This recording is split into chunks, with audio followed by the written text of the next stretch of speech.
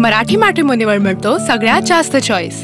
मराठी मॅट्रिमोनीने लाखो स्थळं जुळवली आहेत। यापेक्षा चांगली गोष्ट काय असू शकते? मराठी माणसांची नंबर 1 चॉईस मराठी मॅट्रिमोनी। चिपळूणमध्ये आज सकाळपासून मुसळधार पाऊस पडतोय आहे आणि या पावसामुळे चिपळूण परिसरातले धबधबे हे मोठ्या प्रमाणात प्रवाहित झाल्याचं पाहायला मिळतं आहे। मुंबई गोवा महामार्गावरील परशुराम घाटाच्या लगत असलेला हा चवत्सळा धबधबा हा सध्या पूर्ण क्षमतेने वाहत असल्याचं पाहायला मिळतं आहे। खरं तर मोठ्या वेगाने हा धबधबा जो आहे तो खाली येतोय आणि त्यामुळे या ठिकाणी रविवार असून सुद्धा या पर्यटक इथे पाहायला मिळत नाहीयेत।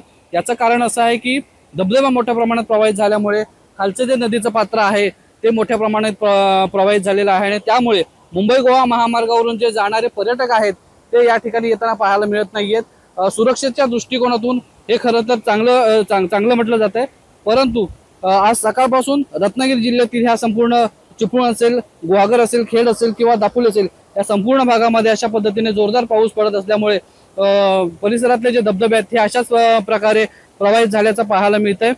खरं तर आज रविवार आहे, पर्यटनाचा दिवस असतो आणि पर्यटनाच्या दिवशी पर्यटनाचा दिवस असल्यामुळे या ठिकाणी मोठ्या प्रमाणात जे पर्यटक आहेत ते विविध ठिकाणातून या धबधब्याला भेट देण्यासाठी येत असतात। मात्र पावसाचा जोर कायम असल्यामुळे या ठिकाणी सध्या कुठल्याही पद्धतीचे पर्यटक पाहायला मिळत नाहीयेत। या धबधब्याचा जो आनंद आहे तो मुंबई गोवा महामार्गावरूनच घेताना पाहायला मिळतो आहे। पावसाचा जोर वाढू लागला तर हे जे धबधब्याचं प्रमाण आहे हे आणखीन मोठ्या प्रमाणात हा धबधबा खाली मोठ्या प्रमाणात येऊ शकतो अशी परिस्थिती आहे। स्वप्नील गाग, एबीपी माझा, चिपळूण, रत्नागिरी। एबीपी माझा, उघडा डोळे बघा नीट।